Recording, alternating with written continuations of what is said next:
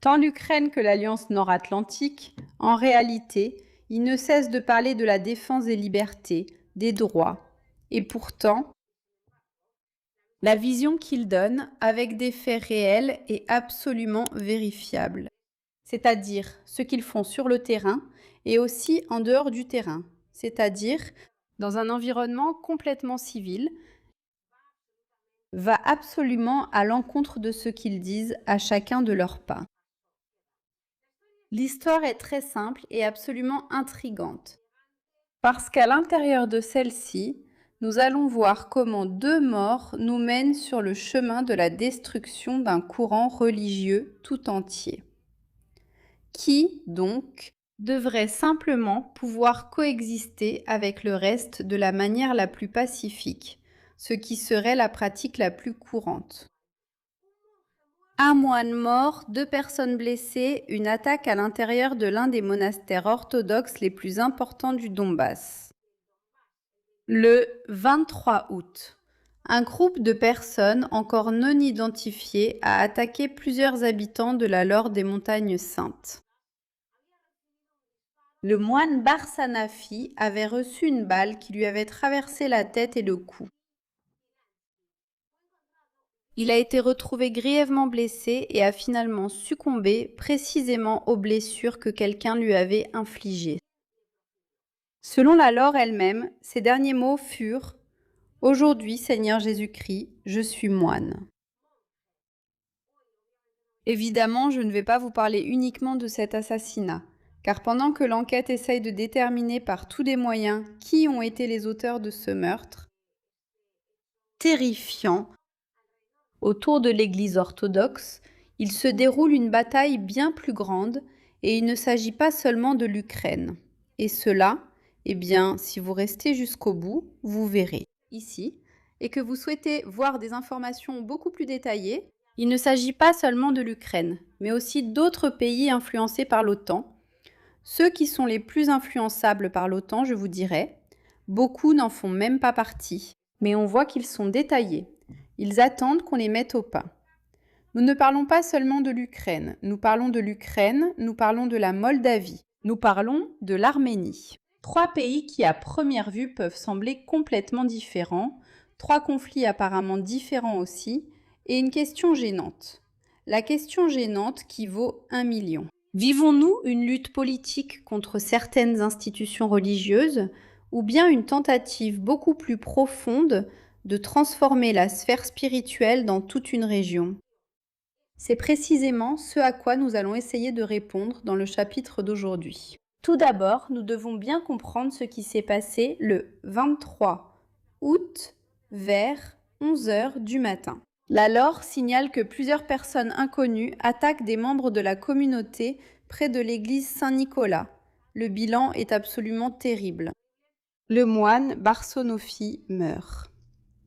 Le moine Grigori reçoit plusieurs blessures par arme blanche, y compris une blessure pénétrante au poumon. Andy Andriy Kirienka, un réfugié qui vivait dans ce monastère, est également grièvement blessé.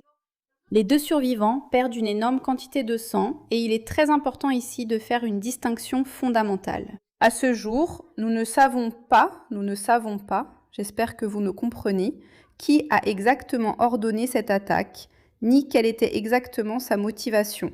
Nous ne savons pas. Il y a une enquête en cours, bien sûr, nous allons respecter son déroulement. Et donc affirmer que l'assassinat ait été organisé politiquement.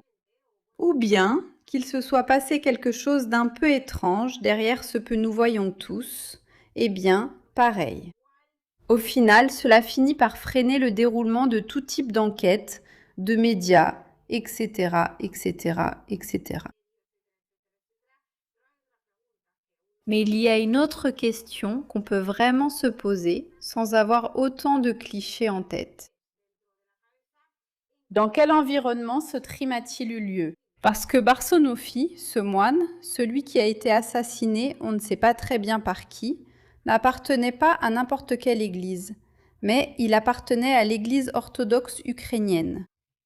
Et c'est précisément là que commence la deuxième et probablement la partie la plus importante de cette histoire. La Russie vient de publier un rapport consacré précisément aux accusations de persécution de l'Église orthodoxe ukrainienne et les chiffres présentés sont énormes, dévastateurs. Selon le ministère des Affaires étrangères de la Fédération de Russie, plus de 200 procédures pénales auraient été engagées contre les prêtres de l'Église orthodoxe ukrainienne. L'épisode probablement le plus marquant a eu lieu à Tcherkassy, où dans la cathédrale de l'Archange Michel, des dizaines de personnes étaient présentes. En entrant, il faisait du bruit, il y avait des bousculades, des coups, des gens essayant de défendre le temple, un affrontement qui a duré des heures et des heures. Selon la version rapportée dans le rapport de la Fédération de Russie, une trentaine de personnes ont été blessées, y compris le métropolite. Et c'est ici que se trouve le cœur du problème, le cœur de tout ce conflit, car en Ukraine, il existe deux structures que beaucoup de gens à l'étranger confondent constamment. D'un côté, il y a l'Église orthodoxe ukrainienne, historiquement liée au patriarcat de Moscou, même si elle a déclaré son indépendance de celui-ci après le début de la guerre à grande échelle. Et d'autre part, il y a l'Église orthodoxe d'Ukraine, reconnue comme autocéphale par Constantinople. Et entre les deux, il existe une véritable guerre pour les paroisses, pour les biens, pour la légitimité et aussi, évidemment, pour les fidèles. Après 2022, cette bataille religieuse s'est retrouvée complètement imbriquée dans la guerre. Pour les autorités ukrainiennes, certaines structures religieuses peuvent devenir des canaux d'influence de la Fédération de Russie. Leurs détracteurs répondent de manière très claire. Où s'arrête exactement la sécurité nationale et où commence la persécution? Où commence la persécution religieuse? Cette frontière semble de plus en plus difficile à distinguer. Parce que le problème n'affecte plus seulement des prêtres en particulier, il touche aussi les bâtiments, les paroisses, les monastères, et ceux qui en ont le contrôle physique. Les lieux où depuis des générations, toute la population prie.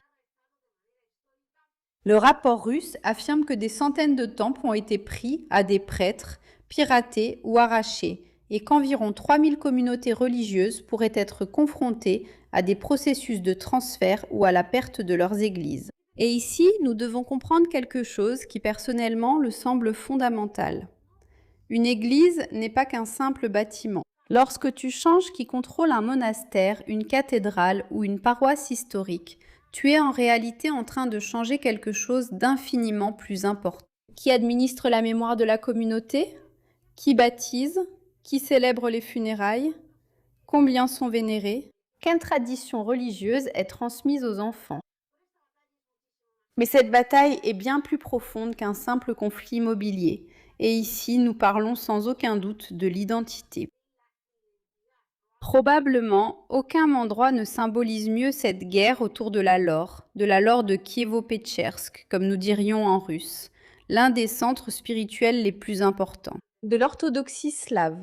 Ici, la bataille pour le contrôle du monastère, de ses religieux et de ses reliques, est devenue une affaire à caractère national. Et c'est précisément pour cela, chaque transfert de reliques, chaque expulsion, chaque cérémonie et chaque changement de juridiction prend une dimension politique qui de toute évidence apparaît comme absolument gigantesque. Et pourquoi ne parlons-nous donc plus simplement de qui administre ce bâtiment? Et pourquoi et comment cela peut-il s'adapter à la nouvelle réalité? La question clé en fait est absolument différente. À qui appartient finalement cette tradition? Et qui va finir par en être le garant dans la société actuelle? Cette identité orthodoxe ukrainienne relève-t-elle d'une identité religieuse historiquement liée à l'espace orthodoxe russe, ou bien à une identité nationale ukrainienne complètement séparée de Moscou? Ce qui aussi, bien sûr, c'est une possibilité. Ici, la religion et la géopolitique deviennent pratiquement indissociables. Mais ce qui est vraiment intéressant se produit lorsque l'on sort, un instant, de l'Ukraine, car des situations étonnamment similaires apparaissent. Nous nous rendons en Moldavie, qui est le pays parmi ces trois où les immigrés sont actuellement les plus maltraités. Ici aussi, et aussi envers les religieux, évidemment, car c'est là que réside la différence, et c'est précisément là que le conflit peut s'intensifier davantage. Il existe deux grandes structures orthodoxes opposées. L'une liée au patriarcat de Moscou et, encore une fois, exactement le même débat apparaît. Le patriarcat de Moscou contre l'Église orthodoxe roumaine est le débat en question. Religion, identité nationale, géopolitique, ou les trois. Et même simultanément, les critiques du gouvernement de Moldavie, de Maia Sandu, dénoncent des pressions visant à favoriser le passage des paroisses vers la structure liée à la Roumanie. Ces partisans présentent le processus comme une rupture avec des décennies d'influence de la Fédération de Russie, mais regardez bien en fait le schéma. Il ne fait aucun doute que c'est le plus important, car l'Ukraine essaie d'éloigner son espace religieux de Moscou. La Moldavie vit en ce moment une bataille similaire entre Moscou et Budapest. Et c'est alors que nous arrivons à un troisième pays. Ici, l'histoire devient encore infiniment plus surprenante, car nous parlons de l'un des pays chrétiens les plus anciens de la planète. L'Arménie a traditionnellement adopté le christianisme comme religion d'État au début du XVe siècle. Ce qui, au début du IVe siècle, Aujourd'hui, le gouvernement de Nicole Pachinian est en conflit ouvert avec certains secteurs de l'Église apostolique arménienne sous la direction ecclésiastique de Karekin II. Le gouvernement parle de réforme, tandis que ses adversaires évoquent une tentative de soumettre politiquement l'Église. Mais encore une fois, nous retrouvons le même élément, comme toujours. L'État se confronte à une institution religieuse qui, pendant des siècles, a été l'une des colonnes vertébrales de l'identité nationale de l'Ukraine. C'est précisément ici que les trois histoires commencent à se connecter. Trois pays, trois gouvernements, trois églises complètement différentes. Il n'existe aucune preuve permettant d'affirmer simplement que quelqu'un est assis dans un bureau en train de tout coordonner absolument. Mais il existe bien une transformation régionale qui devient absolument évidente, et il y a effectivement des intérêts qui se devinent clairement derrière tout cela. Les anciennes institutions religieuses de l'espace post-soviétique entrent en conflit avec les États qui tentent de redéfinir leur identité nationale et leurs alliances géopolitiques. Surtout en s'éloignant de tout ce qui est russe, voire pro-russe. Bien au-delà, en essayant de l'abandonner et aussi de lui nuire dans le processus. L'Occident et les gouvernements impliqués le présentent, selon le cas, comme des réformes institutionnelles, la sécurité nationale ou l'émancipation vis-à-vis de l'influence de la Fédération de Russie. Et c'est probablement l'une des batailles géopolitiques les moins comprises de notre époque. Parce que nous sommes habitués à regarder des cartes militaires, des chars, des frontières, des bases de l'OTAN, des chars, des gazoducs, des sanctions. Mais il existe une autre façon de contrôler l'avenir d'un pays. Changer ce avec quoi la population s'identifie le plus. Et c'est précisément l'une des principales stratégies du régime de Kiev et, avec lui, de l'Alliance de l'Atlantique Nord, qui, il n'y a pas si longtemps, a effectivement reconnu son adhésion à ce type de position, les actions possibles contre la Fédération de Russie et, surtout, contre ses citoyens ordinaires qui ont décidé de soutenir la Russie de cette manière. Si peu habituel, mais tellement nécessaire, surtout pour ces fidèles qui peuvent et veulent suivre le chemin. C'est précisément pour cela que je veux revenir là où nous avons commencé, car c'est dans la lore des montagnes saintes que se trouve en grande partie la clé de toute cette affaire, un moine appelé Barsov Novi. Son meurtre fait l'objet d'une enquête et nous ne connaissons toujours pas la motivation exacte de ceux qui l'ont tué. Bien sûr, d'un côté, il est important de le dire, mais il serait aussi absolument absurde d'analyser ce crime en ignorant l'énorme conflit religieux qui existe actuellement autour de l'église à laquelle appartenait cet homme. Parce que peut-être que la grande bataille de l'espace post-soviétique n'est pas uniquement territoriale, ni même principalement territoriale.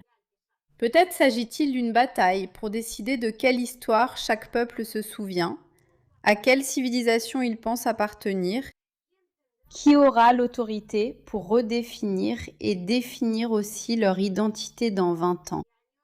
Et c'est là que se pose la question à 1 million d'euros, que je vous laisse répondre vous-même. Sommes-nous face à une séparation légitime entre l'Église, l'influence étrangère et l'État, ou vivons-nous vraiment ainsi? Utilisons-nous la géopolitique comme justification? Démantèle-t-on des institutions religieuses centenaires juste pour embêter, ne serait-ce qu'un peu plus, la Fédération de Russie? Je vous lis dans les commentaires.